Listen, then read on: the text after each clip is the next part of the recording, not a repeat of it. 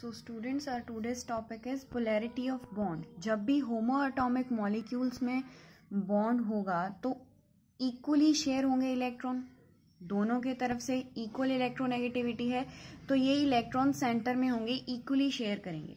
लेकिन जब हम हेटेरोटॉमिक्स की बात करें तो Cl की इलेक्ट्रोनेगेटिविटी ज़्यादा है हाइड्रोजन से, तो इलेक्ट्रॉन पेयर है वो थोड़ा सा Cl की तरफ शिफ्ट हो जाएगा।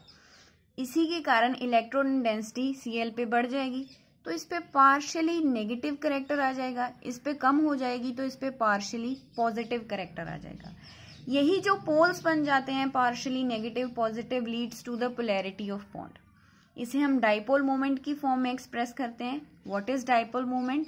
It is the product of magnitude of positive and negative charge and the distance between the charges. इसे हम म्यू से रिप्रेजेंट करते हैं, चार्ज इनटू डिस्टेंस इसका फॉर्मूला है। SI यूनिट इसके कूलम मीटर है, कूलम मीटर, लेकिन मोस्टली हम इसे डेबे की फॉर्म में एक्सप्रेस करते हैं। ये एक वेक्टर क्वांटिटी है, वेक्टर मींस डायरेक्शनल है।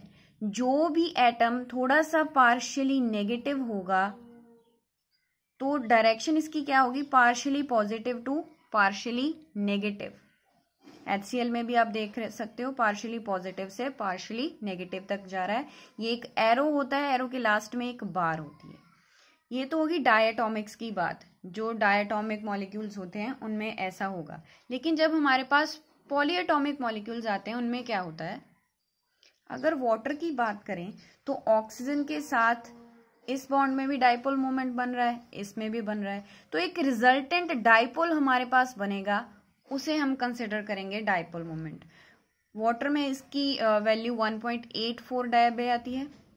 NH3 की बात करें अमोनिया की तो लोन पेयर भी एक्सप्रेस करता है डाइपोल मोमेंट को, इसमें नेगेटिवली चार्ज आ जाएगा। तो इसमें जो है सभी की रिजल्टेंट डाइपोल किस में एड अप हो रही है? नाइट्रोजन में, सबकी इसी डायरेक्शन में जा रही है। तो अमोनिया की हमारे पास डाइपोल मोमेंट 1.49 डेबे आ जाएगी। लेकिन NF3 की बात करें तो इसमें जो डायरेक्शन है F की तरफ बन रही है, क्योंकि F ज्यादा इलेक्ट्रोनेगेटिव है एज कंपेयर टू नाइट्रोजन। तो डायरेक्शन जो है डाइपोल मोमेंट की वो F की तरफ बन रही है, that is opposite as compare to ammonia. Ammonia से कंपेयर करें तो ओपोजिट डायरेक्शन में जा रही है, तो रिजल्टेंट डाइपोल जो है वो इस तरफ को होगी। ठीक है, तो इसकी वैल्यू जो है वो 0.24 डेबे होगी, जो कि अमोनिया से बहुत कम है। डायरेक्शन ओपोजिट होने के कारण डाइपोल मोमेंट की NF3 में डाइपोल मोमेंट की वैल्यू NH3 से कम आती है।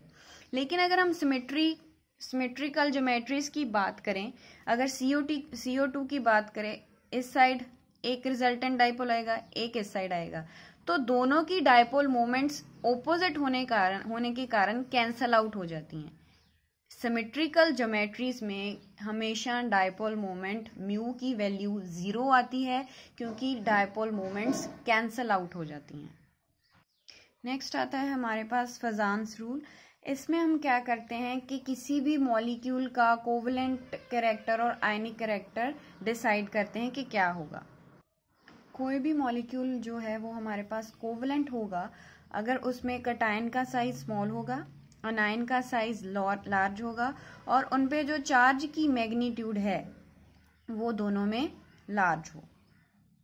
ऐसी कंडीशंस में जो हमारे पास मॉलिक्यूल होगा वो कोवलेंट होगा। अगर इससे ऑपोजिट कंडीशंस होंगी तो मॉलिक्यूल हमारे पास आयनिक आएगा, आयनिक कैरेक्टर होगा थोड़ा उसमें। नेक्स्ट हम बात करेंगे मॉलिक्यूल्स की शेप्स के बारे में। ऑक्टेट रूल की लिमिटेशंस में भी हमने पढ़ा, ल्यूइस स्ट्रक्चर्स की लिमिटेशंस में भी हमने पढ़ा कि ये मॉलिक्यूल की शेप के बारे में कोई इंफॉर्मेशन नहीं दे पाए। तो नेक्स्ट हम थ्योरीज करेंगे जिसमें डिफरेंट साइंटिस्ट ने अपनी थ्योरीज दी कि मॉलिक्यूल की शेप कैसी हो सकती है। फर्स्ट थ्योरी है VSE pair theory, that is valence shell electron pair repulsion theory. इसके पोस्टुलेट्स करेंगे। इन्होंने कहा कि shape depends on number of electron pairs. किसी भी मॉलिक्यूल की शेप कौन डिसाइड करता है कि उसके अराउंड बॉन्डेड और नॉन बॉन्डेड इलेक्ट्रॉन पेयर्स कितने हैं। Second, pairs of electron repel one another since they are negatively charged. जो भी इलेक्ट्रॉन पेयर्स होंगे, चाहे वो लोन पेयर की फॉर्म में हो चाहे बॉन्डेड पेयर्स की फॉर्म में हो, वो एक दूसरे को रिपेल करेंगे क्योंकि दोनों नेगेटिवली चार्ज्ड हैं। Similar charges repel each other. Third point है इसमें, they occupy such position that minimise repulsion and maximise distance between them. अगर वो रिपेल कर रहे हैं तो वो ऐसी अपनी पोजीशंस ऑक्यूपाई करने की कोशिश करेंगे जहां पर उन्हें मिनिमम रिपल्शन हो उनमें और एक दूसरे से मैक्सिमम डिस्टेंस पर हो ताकि रिपल्शन कम हो। इसमें हम एक मल्टीपल बॉन्ड जो है लाइक डबल ट्रिपल बॉन्ड, उनको एक ही सिंगल पेयर लेकर चलते हैं। अगर हम रिपल्शंस की इंटरेक्शंस की बात करें, एक लोन पेयर की दूसरे लोन पेयर से रिपल्शन बहुत ज्यादा होगी क्योंकि इनमें इलेक्ट्रॉन डेंसिटी ज्यादा होती है। लोन पेयर रिपल्शन बहुत ज्यादा होगी जब हम उसे लोन पेयर बॉन्ड पेयर से कंपेयर करें या फिर बॉन्ड पेयर से करें। बॉन्ड पेयर में रिपल्शन सबसे कम होगी क्योंकि इनमें इलेक्ट्रॉन डेंसिटी थोड़ी कम हो जाती है। तो इसी के बेसिस पे हम ज्योमेट्रीज को 2 टाइप्स में डिस्क्राइब करेंगे। एक हमारे पास आएंगी रेगुलर ज्योमेट्रीज जिनमें कोई भी लोन पेयर नहीं होगा, सभी हम बॉन्ड पेयर्स की ही बात करेंगे सेंट्रल एटम के अराउंड। लेकिन जब सेंट्रल एटम के अराउंड दोनों प्रेजेंट होंगे, बॉन्ड पेयर्स भी होंगे लोन पेयर भी होंगे, तो हमारी आइडियल जो सिमेट्री है, आइडियल ज्योमेट्री है, उससे थोड़ी डिस्टॉर्शंस आ जाएंगी, उसमें थोड़ा डिफरेंट हो जाएगा कैरेक्टर। तो ऐसे हम केसेस में उसे इर्रेगुलर ज्योमेट्री कहेंगे। लेकिन बॉन्ड पेयर्स की फॉर्म में जब होगा हमारे पास मॉलिक्यूल तो हम उसे रेगुलर ज्योमेट्री कहेंगे। अगर हम रेगुलर ज्योमेट्रीज की बात करें जो VSEPR थ्योरी के अकॉर्डिंग है, अगर AB या AB2 मॉलिक्यूल्स की बात करें तो हमारे पास हमेशा लीनियर स्ट्रक्चर ही आएगा, लीनियर शेप आएगी। सेंटर में सेंट्रल एटम होगा और साइड पे जो बॉन्डेड पेयर्स होंगे वो होंगे। तो ऐसे केसेस में शेप कौन सी आएगी हमारे पास? लीनियर। ये एग्जांपल्स हैं इनकी BF2, BEF2, BeCl2, MgF2, MgCl2, that is fluorides और क्लोराइड्स में बताया हुआ है। तो उनमें लीनियर शेप आएगी जब भी हमारे पास AB या AB2 की फॉर्म में कोई भी ज्योमेट्री होगी। अगर हम बात करें AB3 की, एक सेंट्रल एटम है, उसके अराउंड 3 बॉन्डेड पेयर्स हैं, ऐसे केसेस में शेप आएगी ट्राइगोनल प्लेनर। अगर AB4 की बात करें, A सेंट्रल एटम है, उसके पास 4 बॉन्डेड पेयर्स हैं, तो ऐसे केसेस में आइडियल हमारे पास शेप आएगी टेट्राहेड्रल। ये CCl4 CH4 में देखने को मिल जाती है। फर्दर बात करें AB5 की, 5 बॉन्डेड पेयर्स हैं, तो A सेंटर में होगा, पहले ट्राइगोनल बनेगी, बाद में 2 पिरामिडल्स की तरफ बनेंगे 2 एटम्स। तो ऐसे केसेस में ट्राइगोनल बाइपिरामिडल शेप बनती है। नेक्स्ट अगर बात करें, अगर AB6 की बात करें तो ऐसे केसेस में ऑक्टाहेड्रल शेप बनेगी, बीच में एक स्क्वायर बनेगा तो 2 एक्सियल्स की तरफ होंगे, ऐसे केसेस में ऑक्टाहेड्रल शेप बनेगी। फर्दर AB7 की बात करें तो पेंटागनल बाइपिरामिडल बन जाएगी, वो बात की बात है। ये तो हुई हमारे पास आइडियल ज्योमेट्रीज जो रेगुलर शेप्स बनाती हैं। लेकिन जब हमारे पास लोन पेयर्स की इंट्रोडक्शन होती है तो lone pair bond pair repulsions ज्यादा होती हैं, तो आइडियल ज्योमेट्री से हमारे पास डिस्टॉर्शंस आ जाती हैं, थोड़ी शेप्स चेंज हो जाती हैं।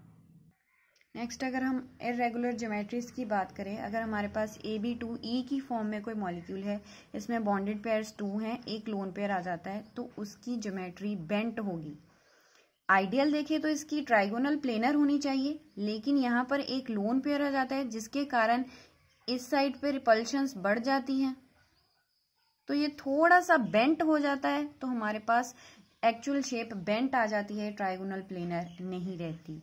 AB3E की बात करें तो बॉन्डेड पेयर्स 3 हैं, लोन पेयर 1 होता है, इसमें ज्योमेट्री आइडियल शेप में अगर बात करें तो टेट्राहेड्रल होनी चाहिए, लेकिन रिपल्शंस बढ़ने के कारण ये पिरामिडल बन जाती है। फर्दर AB2E2 की बात करें, 2 बॉन्ड पेयर्स हैं, 2 ही लोन पेयर्स हैं, तो इनमें रिपल्शंस और बढ़ जाएंगी, तो स्ट्रक्चर्स और थोड़ा बेंट हो जाएंगे। AB4E की बात करें, 4 बॉन्डेड पेयर्स हैं, 1 लोन पेयर है, तो ऐसे केसेस में हमारे पास ज्योमेट्री तो ट्राइगोनल बाइपिरामिडल होनी चाहिए, लेकिन रिपल्शंस बढ़ने के कारण ये सीसॉ थोड़ी डिस्टॉर्टेड हो जाती है। AB3E2 की बात करें तो T शेप्ड रह जाते हैं हमारे पास, ये जो हम शेप्स लिख रहे हैं इसमें फिर हम लोन पेयर्स, नेक्स्ट हमारे पास AB3E2 की बात करें तो हमारे पास टी शेप रह जाती है। ये शेप की अगर बात करें तो हम लोन पेयर नहीं इंक्लूड करते। अब आप ये शेप देख रहे हो, ये टी बन रही है तो इसे हम टी शेप्ड बोल देते हैं ऐसी ज्योमेट्रीज को। AB3E2 की फॉर्म में हो, AB5E की फॉर्म में हो तो 5 बॉन्ड पेयर्स होंगे, एक लोन पेयर होगा। तो हमारे पास जो फिगर आएगी वो स्क्वायर पिरामिडल होगी शेप, रिपल्शंस के कारण थोड़ी बेंट हो जाएगी। AB4E2 की बात करें तो 4 बॉन्डेड पेयर्स हैं, 2 लोन पेयर्स हैं, तो हमारे पास जो शेप है वो स्क्वायर प्लेनर हो जाएगी ऑक्टाहेड्रल होने की बजाय। So this is the VSE-PR theory according to which we can find the shapes of regular and irregular geometries.